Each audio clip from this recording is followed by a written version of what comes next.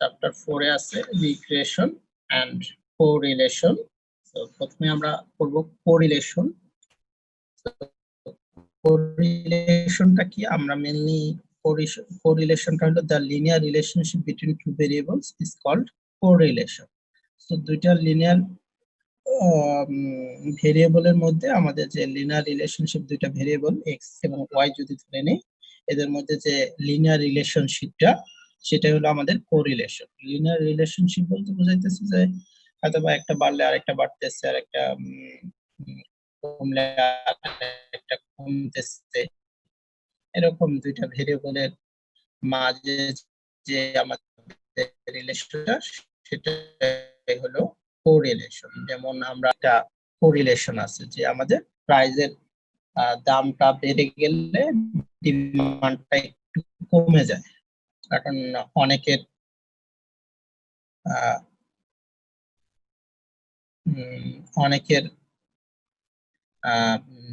কেনার সামর্থ্যের বাইরে চলে যায়, সেই হিসেবে ডিমান্ডটা কমে যায়। এটা হলো আমাদের একটা কোরিলেশন দুইটা ভেরিয়েবলের মধ্যে।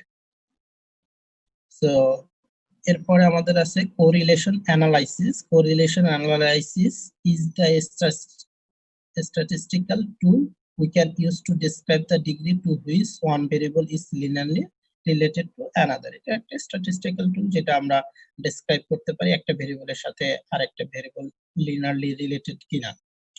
সো এরপরে আমাদের আছে টাইপস অফ কোরিলেশন, যে আমাদের কোরিলেশনটা কোন টাইপের, এটা কি পজিটিভ কোরিলেশন না নেগেটিভ কোরিলেশন। পজিটিভ কোরিলেশন কোনটা? যে if the relationship between two variables is such that the increase or decrease of one accomplished by the increase or decrease of another variable, then the correlation is called positive correlation. যদি আমাদের একটা variable যদি আমাদের বাড়তে থাকে, দেন তার corresponding যে আরেকটা ভেরিয়েবল আছে সেটাও যদি বাড়তে থাকে, অথবা একটা ভেরিয়েবল কমতে থাকলে আরেকটা যদি কমতে থাকে, তাহলে এই যে এই দুইটা ভেরিয়েবলের মধ্যে যে রিলেশনশিপটা সেটাকে আমরা বলতেছি পজিটিভ কোরিলেশন। নেগেটিভ কোরিলেশনটা জাস্ট এটার উল্টা, একটা ভেরিয়েবল যদি ইনক্রিজ করে এবং আরেকটা ভেরিয়েবল যদি ডিক্রিজ করে, অথবা একটা ডিক্রিজ করতেছে আর একটা ইনক্রিজ করতেছে, তাহলে এদের মধ্যে যে রিলেশনটা সেটা হলো আমাদের নেগেটিভ কোরিলেশন। যেমন আমরা বললাম প্রাইস এন্ড ডিমান্ডের যে রিলেশনটা সেটা অবশ্যই নেগেটিভ কোরিলেশন।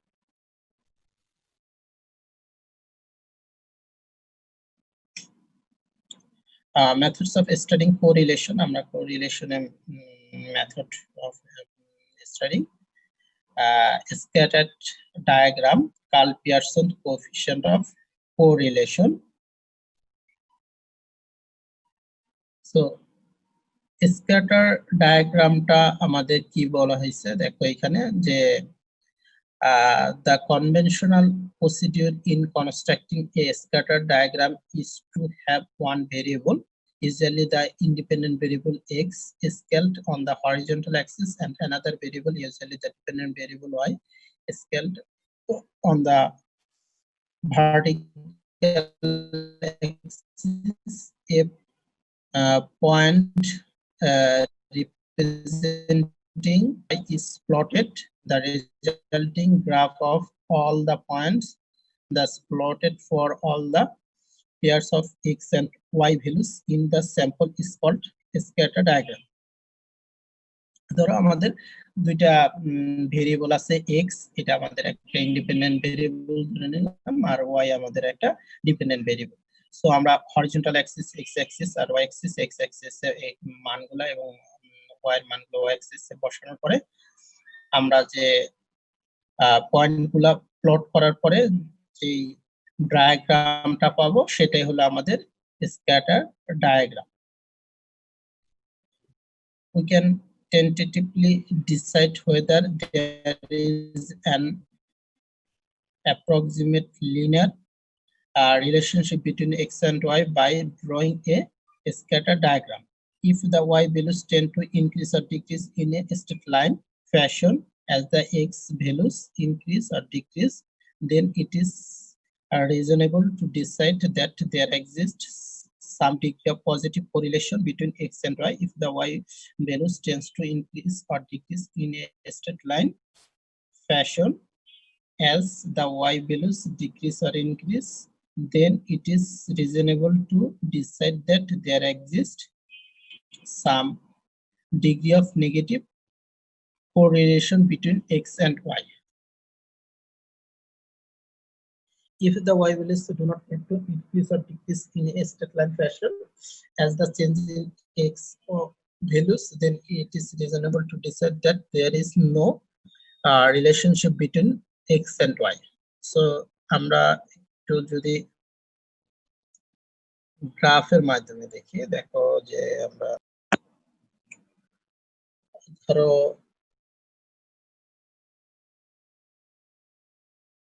এটা আমাদের এক্স অ্যাক্সিস, এটা আমাদের ওয়াই অ্যাক্সিস।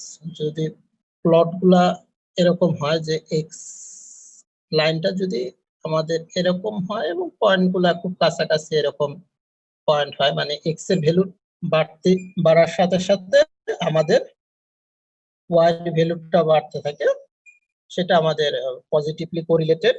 আর যদি আমাদের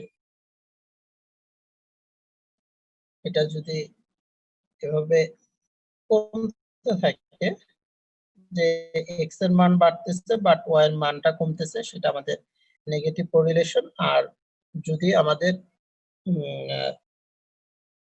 এক্স এর মান বাড়ার সাথে সাথে ওয়াই এর মানের কোনো পরিবর্তন না হয়, সেখানে আমরা ধরে নিই এখানে there is significantly no relationship between x and y. তো এরপরে দেখো আমাদের একটা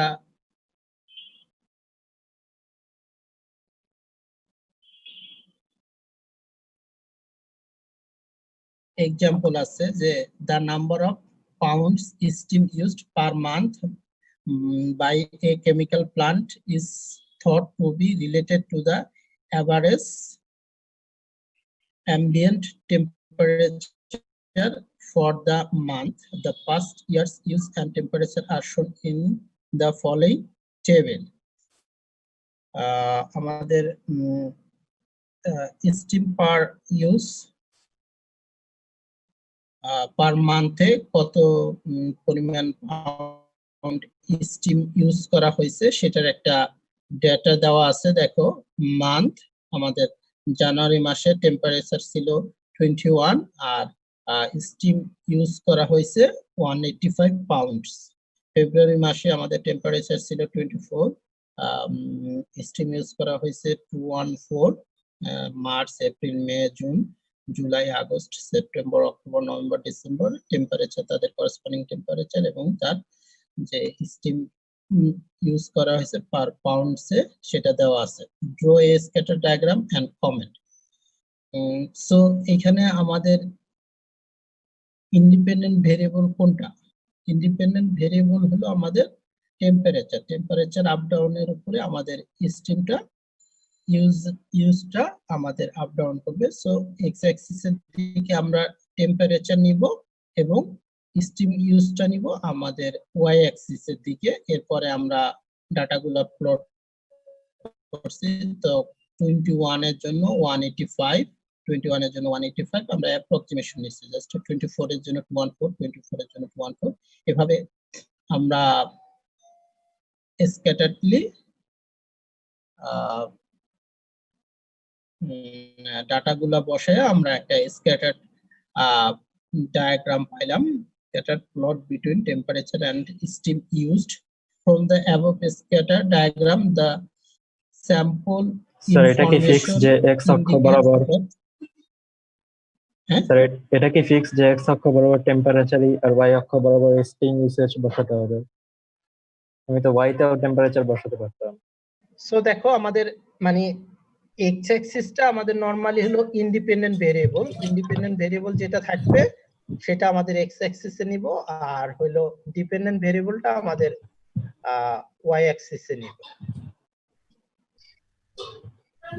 so from the above scatter diagram, the sample information indicates that there exists a strong positive correlation between steam used per month and temperature.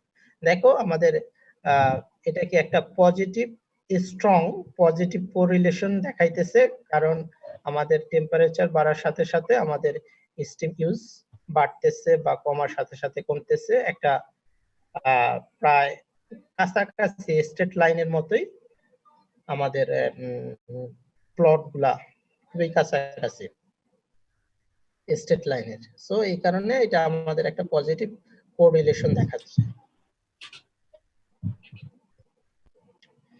So এরপরে আমাদের আছে Karl Pearson coefficient of correlation.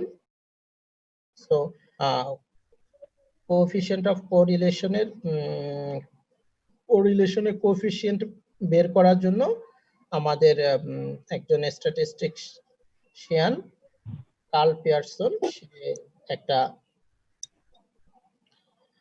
Formula দিছে, যেটা হলো r equal to summation of xi minus x bar yi minus y bar divided by square root of summation xi minus x bar তার whole square summation of yi minus y bar তার whole square. The coefficient of correlation is denoted by r if the two variables under study are x and y. যদি আমাদের দুইটা variable x এবং y হয়, then r is defined as coefficient of correlation r দ্বারা define করতেছি। xy আমাদের দুইটা variable. So xi জানো i সংখ্যক data x1 x2 x3 x4 যতগুলা ডাটা দেওয়া থাকে, আগে যেমন xi ছিল আমাদের টেম্পারেচার 1 2 3 4 5 6 এভাবে 12 পর্যন্ত, আর y এটা ছিল আমাদের স্টিম ইউজ। সো আর x বার জানো তোমরা, এটা হলো মিন, y বাই y এর মিন। এই তারপরে নিচে আমাদের এই ফর্মুলাটা তোমরা আর কি মেইনলি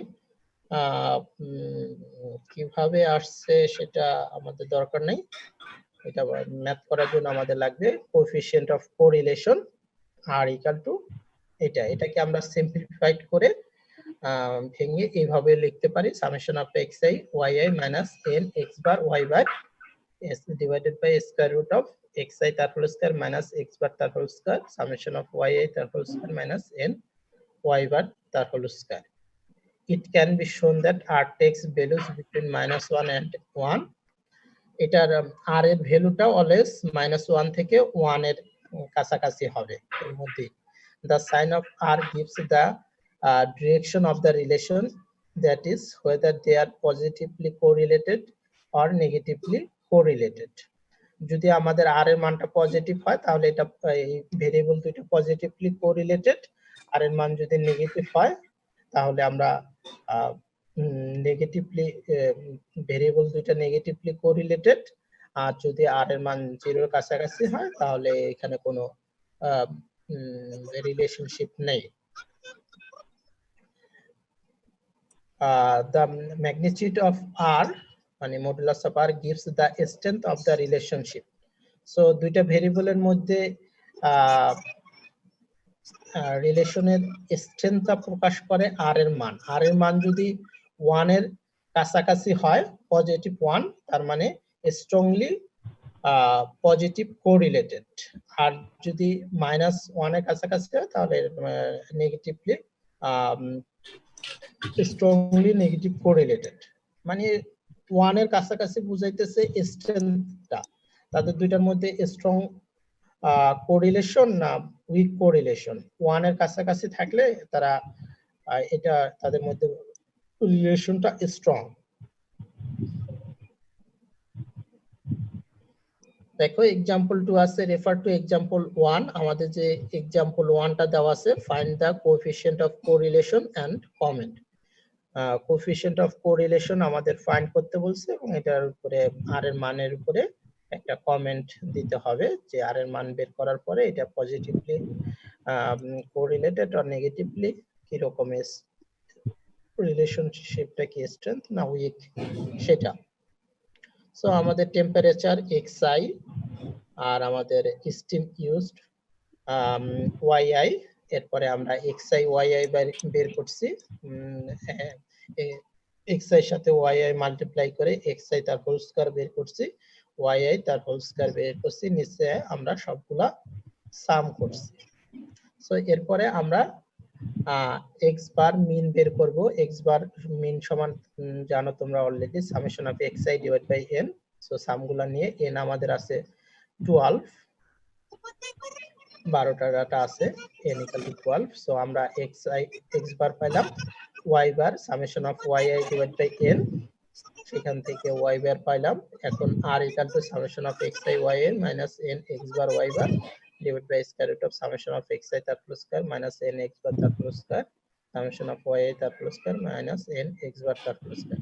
সো এখানে ক্যালকুলেট করার পরে 1 অ্যাজ দেখো পজিটিভ 1, একবারে 1 এর কাছাকাছি আমরা ভ্যালু পাইছি। As r is positive and modulus of r is close to 1, there is a strong positive relationship between steam used per month and temperature. So steam used per month এবং temperature এদের মধ্যে একটা strong positive relationship বিদ্যমান। আমরা scatter ডায়াগ্রামেও ডাটাগুলো plot করেও দেখছিলাম, এদের মাঝে একটা স্ট্রং পজিটিভ কোরিলেশন ছিল। এখন আমরা ফর্মুলার মাধ্যমে দেখতে পেলাম যে এদের মাঝে একটা স্ট্রং পজিটিভ রিলেশনশিপ বিদ্যমান। তো এইভাবে আমরা কোএফিশিয়েন্ট অফ কোরিলেশন বের করে আমরা দুইটা ভেরিয়েবলের মধ্যে তাদের মধ্যে পজিটিভ কোরিলেশন আর নেগেটিভ কোরিলেশন এবং তাদের স্ট্রেংথটা কি রকম সেটা আমরা অ্যানালাইসিস করতে পারবো।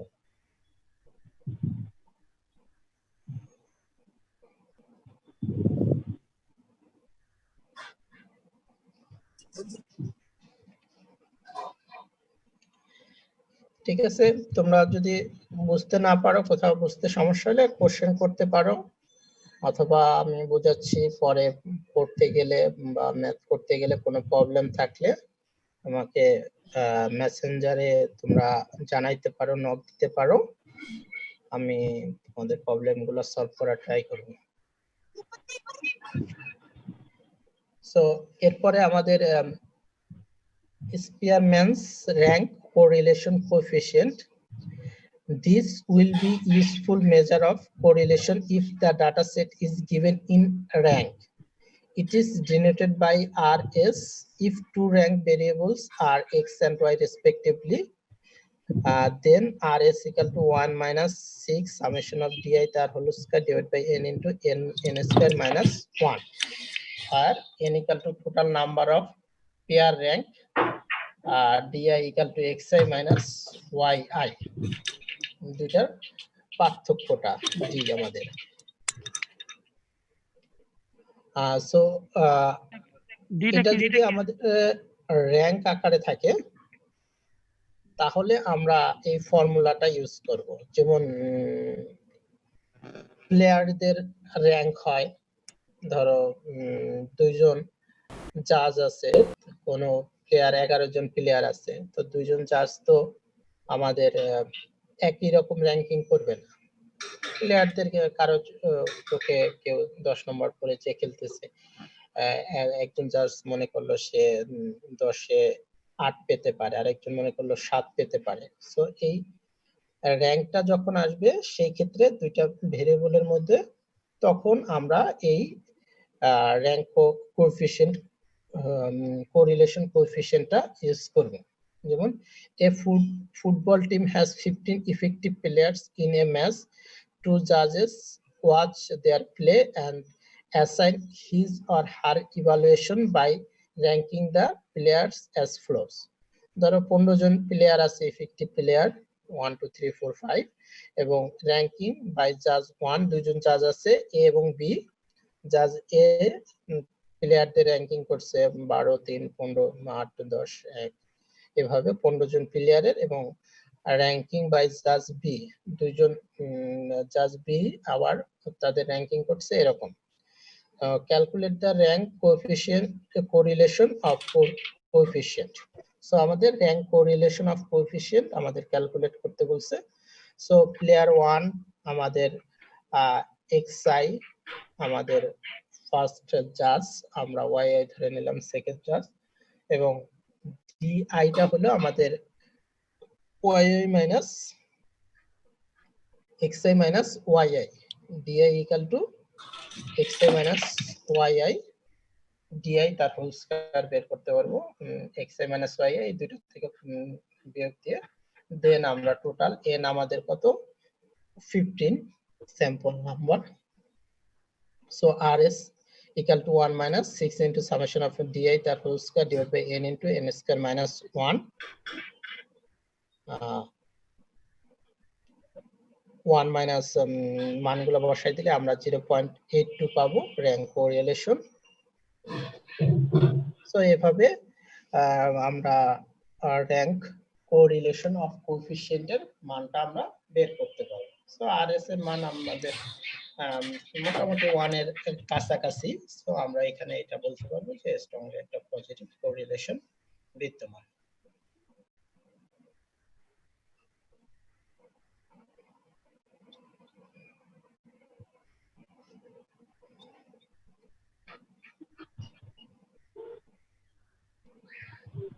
সো এরপরে আমাদের আছে আমরা কোরিলেশনের পার্টটা শেষ করলাম, আমরা এখন করব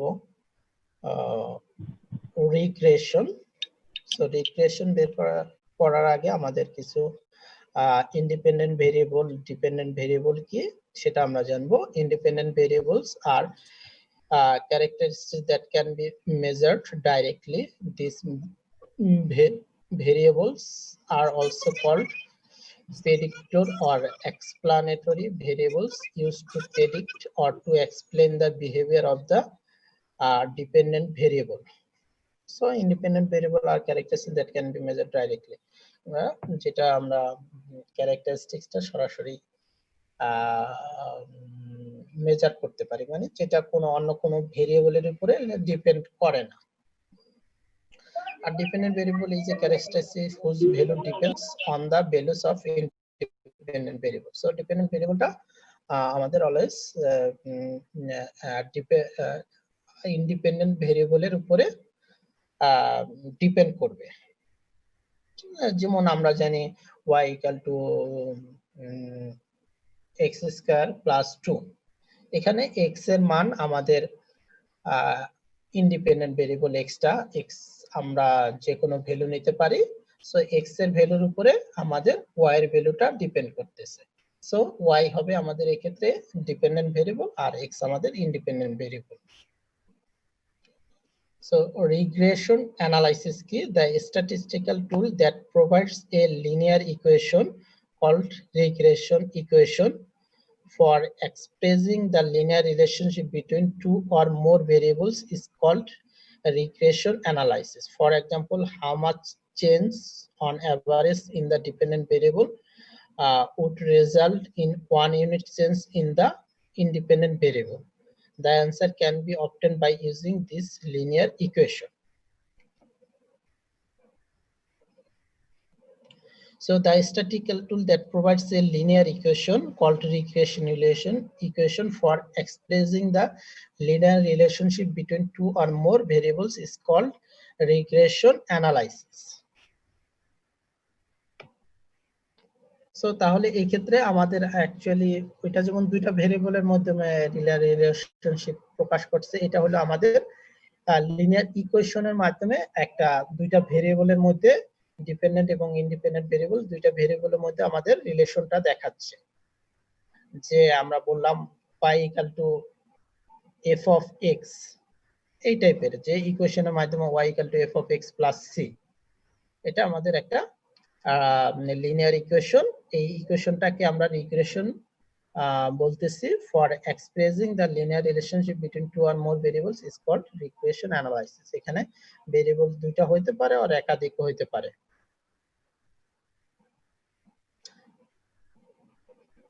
সো প্রথমে আছে সিম্পল লিনিয়ার ইকুয়েশন। আমাদের সিম্পল লিনিয়ার রিলেশন কি, here we assume that the dependent variable y is a function of only one independent variable x, and that the relationship is linear, that is for some constants beta naught and beta 1 the equation would be y equal to beta naught plus beta 1 x plus epsilon, where epsilon is a random error term. So আমাদের y equal to beta nought plus beta 1 x plus epsilon. এপসাইলনটা আমাদের একটা random error, অনেক সময় আমাদের error থাকতে পারে ক্যালকুলেশনে। Error আমাদের বিটা নট বিটা 1 দুইটা কনস্ট্যান্ট, এটা y equal to beta nought plus beta 1 x, এটা জানো। বিটা নটটা হলো আমাদের x এর মান 0 হলে y equal to beta not, যে y অ্যাক্সিস কে আমরা কোন পয়েন্টে বিটা নটে এখানে ইন্টারসেক্ট করতেছে, আর বিটা 1টা হলো আমাদের স্লোপ বা ঢাল আমরা বলতে পারি যেটা। Therefore, the equation of the straight line would be y equal to beta naught plus beta 1 x. In this equation, beta naught and beta 1 are two parameters, where beta naught is the intercept and beta 1 is the slope of the straight line. আমরা যদি straight লাইনটা draw করি, সেটার beta নটটা হলো y Axis কে আমরা কোন পয়েন্টে আমাদের ইন্টারসেপ্ট করতেছে, আর বিটা 1টা হলো ওই স্ট্রেট লাইনের স্লোপটা। From sample, we can estimate the parameters by minimizing the estimated error term epsilon. This can be done by the least square method, and hence the estimates thus obtained are called least square estimates. So আমরা estimated error termটা আমরা list square মেথডের মাধ্যমে আমরা বের করতে পারি, সেটাই দেখানো হয়েছে দা লিস্ট স্কয়ার মেথডের মাধ্যমে। The relationship between x and y in the population is expressed as follows. আমরা ধরে নিলাম y equal to beta naught plus beta 1 x plus epsilon, x এবং y এর মধ্যে population relationship. Let us assume that the least square estimates of beta naught and beta 1 are beta naught cap and beta 1 cap respectively. So আমরা estimated the least square estimates beta naught এবং beta 1 এর পরিবর্তে আমরা beta naught cap এবং beta 1 cap use করলাম। Then the estimated y value in the sample for a given x values is, ওটার estimated ভ্যালুটা y এর আমরা ধরে নিলাম আর কি, তার করসপন্ডিং ইকুয়েশনটা কি রকম হবে, y cap equal to beta naught cap plus beta 1 cap x, where the estimated slope beta 1 cap is also called the coefficient of regression of y on x and is also denoted by beta 1 cap. তাহলে beta 1 capটাকে coefficient of correlation of y on x, coefficient of regression of y on x, and is also denoted by beta 1 cap. The difference y minus y cap between the observed and the estimated value of y for a given x is called the residual corresponding to y and is denoted by e. So আমাদের যে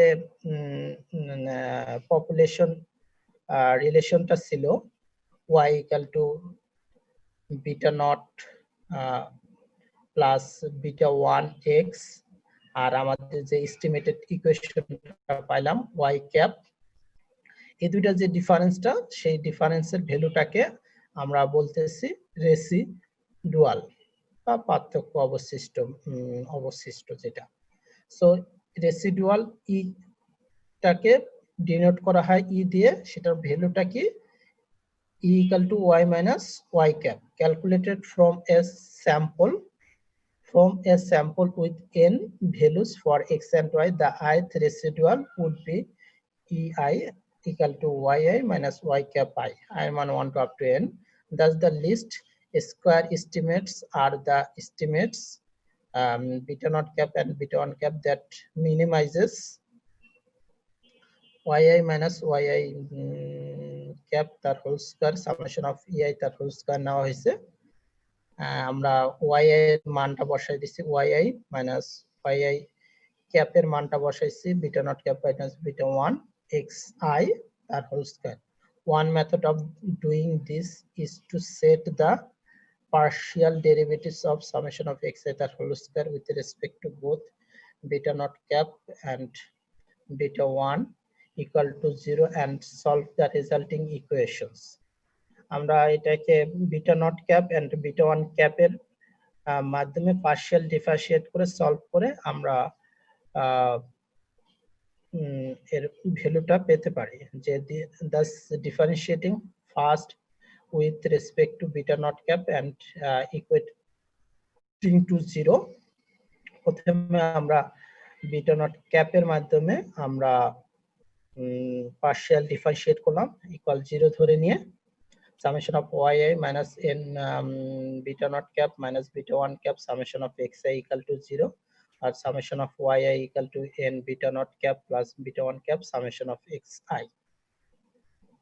So এটাকে partial differentiate করছে আবার আমরা partial differentiate করছি with respect to beta 1 cap এরপরে আমরা equation 1 এবং 2 সলভ করছি n summation of xi yi minus summation of xi দুইটাকে আমরা n দ্বারা মাল্টিপ্লাই করে আর এক নাম্বারকে summation of xi দ্বারা মাল্টিপ্লাই করে দুইটাকে বিয়োগ করা হয়েছে সেখান থেকে আমরা বিটা 1 ক্যাপের মানটা আমরা পাবো। So now from equation 1 থেকে আমরা beta naught এর মানটা পাবো beta naught equal to y bar minus beta 1 cap x bar where beta 1 cap is determined from 3. So thus the estimated equation for the regression line is y cap beta naught cap beta plus beta 1 cap x. So beta naught এবং beta 1 এর beta 1 cap এবং beta naught cap এখান থেকে আমরা define করে estimated ইকুয়েশনটা আমরা পাবো।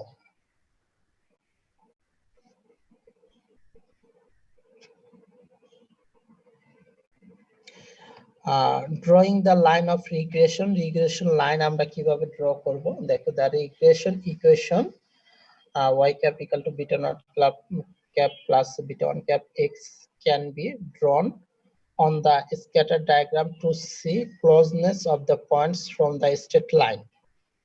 So regression line টা আমরা ড্র করার পরে আমরা স্ক্যাটার ডায়াগ্রামটা ড্র করব এবং দেখব যে পয়েন্টগুলো আমাদের যে স্ট্রেট লাইন আছে সেটা কতটা কাছাকাছি যে যদি আমাদের স্ট্রেট লাইনের খুব কাছাকাছি হয় তাহলে এটা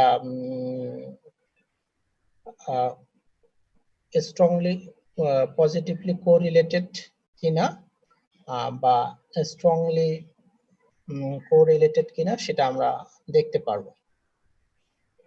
Coefficient of determination R-square coefficient of determination is the measure of goodness of fit of the regression equation.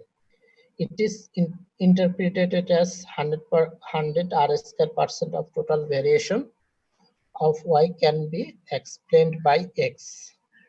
তাহলে কি বললো coefficient of determination টা কি measure of goodness of fit of the regression equation টা আমাদের কতটুকু ফিট করতেছে সেটাই হলো আমাদের coefficient of correlation.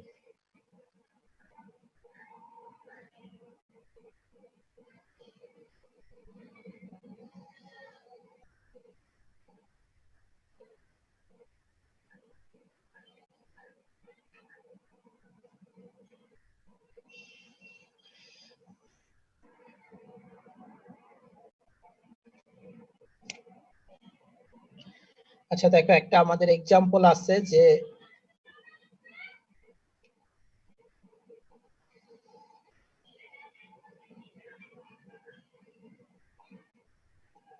a departmental store has the following statistics on sales for a period of last 1 year of 10 salesmen who have varying years of sales experience. Find the regression line of y on x. Predict the annual sales volume of persons who have 12 and 15 years of sales experience. So আমাদের একটা departmental স্টোরের 10 জন salesman আছে, তাদের বিভিন্ন জনের বিভিন্ন experience আছে, কারো 1 বছর, 3 বছর, 4 বছর, 6, 8, 10, 11, 13 বছরের এক্সপিরিয়েন্স আছে। এবং অ্যানুয়াল সেল প্রতিটা সেলম্যান, 1 নম্বর সেলম্যান তাদের 80,000 টাকা, 2 নম্বর 97, 3 নম্বর এরকম 10 নম্বর 100, 1,70,000 টাকা সেল করছে অ্যানুয়ালি। সো তাহলে আমাদের রিগ্রেশন লাইনটা আমাদের ফাইন্ড করতে বলছে, এবং 12 এবং 15 বছরের 2 জন সেলসম্যানের সেলস এক্সপিরিয়েন্স আছে, তাদের অ্যানুয়াল সেল ভলিউমটা কি হবে সেটা আমাদের ফাইন্ড করতে বলছে বা প্রেডিক্ট করতে বলছে। তাহলে the required computations are shown in the accompanying table. আমাদের সেলসম্যান 1 2 3 4 5 6 7 আপ টু 10 পর্যন্ত xi দেওয়া আছে, yi টাও দেওয়া আছে। আমরা xi তার হোল স্কয়ার বের করব, xi yi বের করব। তারপরে calculation of x bar and y bar, x bar সমান summation of xi divide by n, আমাদের সেলসম্যান 10 জন, n ইকুয়াল টু 10, আর summation of xi equal to 70। x bar আমরা মিন পাইলাম 7, y বার এর mean, y bar summation of yi divide by n, 1080 divide by 1, 108 y bar. Calculation of beta naught and beta 1, আমরা যে beta 1 এর formula পাইছি সেই formula বসে আমরা বিটা 1 টা ক্যালকুলেট করব, summation of xi yi minus summation of xi yi divide by n, summation of xi তার whole square minus summation of xi তার whole square divide by n। So এখানে আমরা সবগুলা মানই আছে, মানগুলো বসাই দিলেই আমরা বিটা 1 টা পাবো, এবং বিটা নট সমান y bar minus y1 x বার, সেখান থেকে আমরা বিটা নটটা ক্যালকুলেট করব। সো আমাদের thus the regression line estimated by employing least square method is regression লাইনটা yi cap equal to beta naught plus beta 1 xi, so 80 plus 4 xi. Now we will use the values of beta naught and beta 1 to estimate the sales for x equal to 12 and x equal to 15 years. Predicted sales for x equal to 12 years is, so আমাদের x এর মানটা 12 হলে আমরা y annual সেলটা কি হবে সেটা আমরা বের করব। সিমিলারলি x এর মান 15 হলে আমরা এস্টিমেটেড ভ্যালুটা বের করতে পারবো তাদের করসপন্ডিং। সো এখানে আমাদের second predict the annual sales volume, আমরা ওইখানে যে আমরা এস্টিমেটেড ইকুয়েশনটা পেলাম, রিগ্রেশন লাইনটা পেলাম, সেখানে আমরা মানগুলো বসাই দিলে আমরা করসপন্ডিং ভ্যালুগুলো পাবো।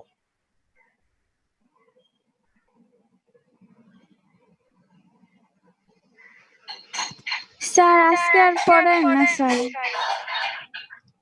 আজকে এই একটা জি एग्जांपल স্যার। আছে। হ্যাঁ স্যার, আজকে আর মাথায় ঢুকতেছে না স্যার।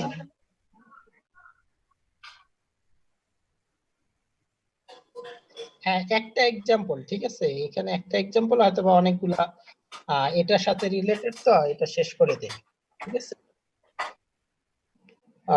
সো এখানে আমাদের the number of pounds of steam used per month by a chemical plant is thought to be related to the average ambient temperature for that month. The past year's uses and temperature are shown in the following table. So আমাদের last year January, February, March, April, May, June, July, August, September, October, November, December পর্যন্ত প্রতি মাসে এবং steam পার use দেওয়া আছে। হ্যাঁ বলো, বলবা। সো আমাদের find which one is the dependent variable and which one is the independent variable. Estimate the equation, আমাদের এস্টিমেটেড ইকুয়েশনটা বের করতে হবে। Draw the regression line on the scatter diagram. Scatter diagram আমাদের রিগ্রেশন লাইনটা ড্র করতে হবে। what change in mean steam use is expected when the monthly average temperature changes by 1 degree Fahrenheit. যদি 1 ডিগ্রি ফারেনহাইট আমাদের temperature change করা হয় তাহলে steam use কি পরিমাণ চেঞ্জ হবে সেটা আমাদের ফাইন্ড করতে বলছে। ই নম্বরে বলছে what is the estimate of expected steam use when the average temperature is 55 degree Fahrenheit. 55 degree Fahrenheit এর ক্ষেত্রে আমাদের স্টিম ইউজটা কি রকম হয়েছে সেটা আমাদের এস্টিমেট করতে বলছে। তারপরে এফ নম্বরে আমরা suppose the monthly average temperature is 47 degree Fahrenheit, calculate the fitted value of y and the corresponding residual. আমাদের ইটা বের করতে বলছে, রেসিডুয়াল পার্থক্যটা। Find coefficient of determination and comment. আমাদের কোএফিসিয়েন্ট অফ ডিটারমিনেশন যেটা আর এর ভ্যালুটা সেটা আমাদের বের করতে বলছে।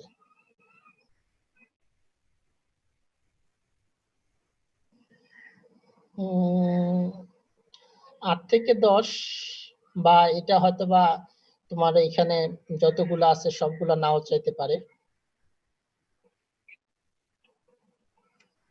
সো দেখো আমাদের টেবিলটা আমরা দেওয়া আছে, xi আমাদের টেম্পারেচার, yi আমাদের স্টিম পার ইউজ, xi তার হোল স্কয়ার বের করলাম আমরা, xi yi বের করলাম, সেখান থেকে আমরা মিন বের করব x bar. and the required computations are shown in the grouping table. x বারটা আমরা বের করলাম, y বারটা আমরা মানে মিন, x এর মিন, y এর মিন বের করলাম।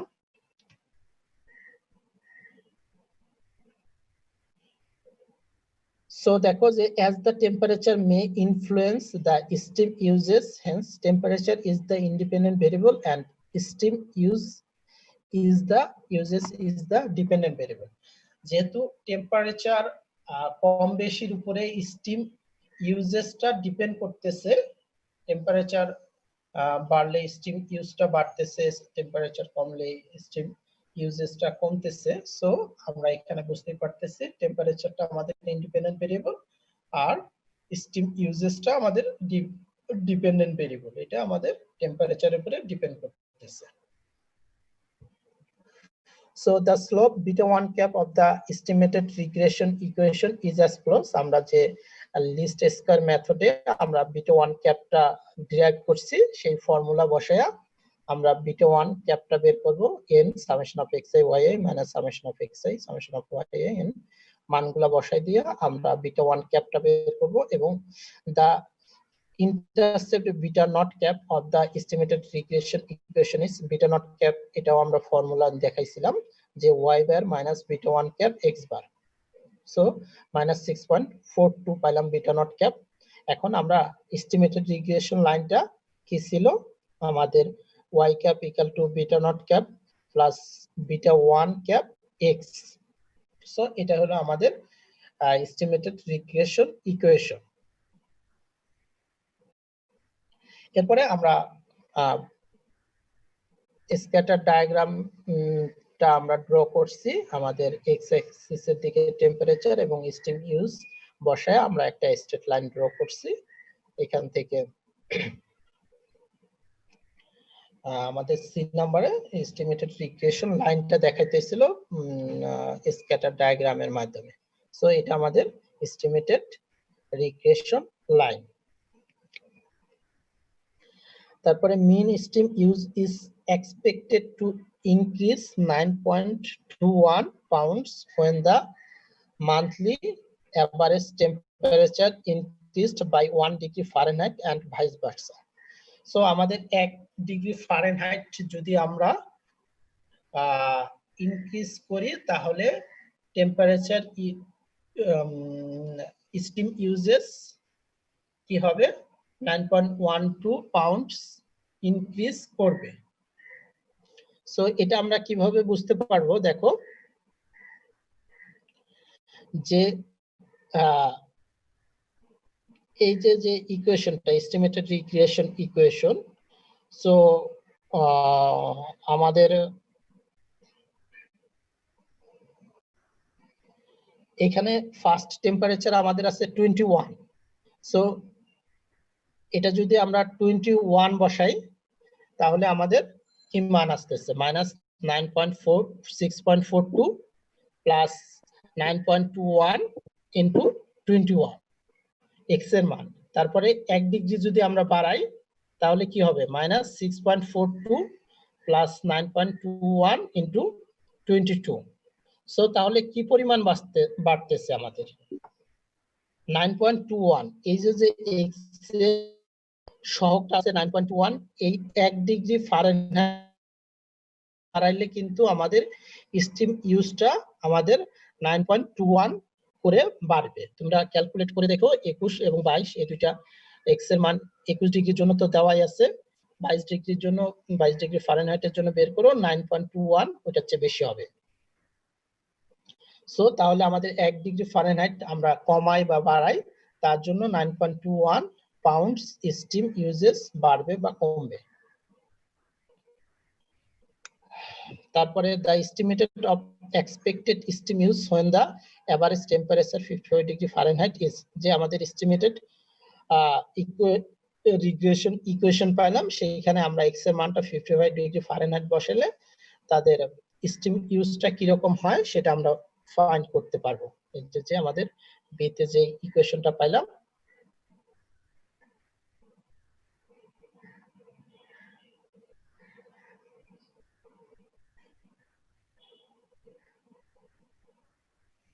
এই ইকুয়েশনে আমরা বসাই দিলেই আমরা এস্টিমেটেড স্টিম ইউজটা পেয়ে যাব।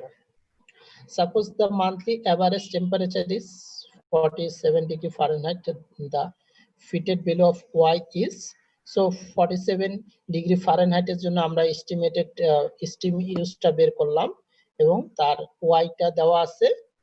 তাহলে করসপন্ডিং রেসিডিউ আমরা কি জানি E equal to y minus y cap. So y আর y ক্যাপটা আমরা বের করলাম, এটার পার্থক্য, তাহলে আমরা করসপন্ডিং রেসিডুয়ালটা পেয়ে যাব অবশিষ্টটা। সো r স্কয়ার আমাদের হলো জি নম্বরে আমাদের কোএফিশিয়েন্ট অফ ডিটারমিনেশন আমাদের r স্কয়ার। তো r স্কয়ার আমরা r এর মানটা এখানে তোমাদের বের করতে নিতে হবে। r এর ফর্মুলাটা আমরা ফার্স্ট কোরিলেশনে যেই r এর ফর্মুলাটা ইউজ করছিলাম ওই ফর্মুলা এর মানটা আগে বের করব, দেন ওটা সো কি আসতেছে ওই যে r square 100% 100 r square percent যেটা বলি 99 is can be explained by the temperature.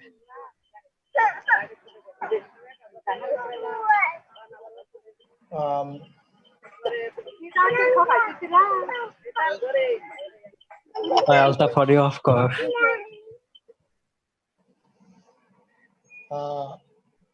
Lecture আমাদের এই পর্যন্তই থাকলো।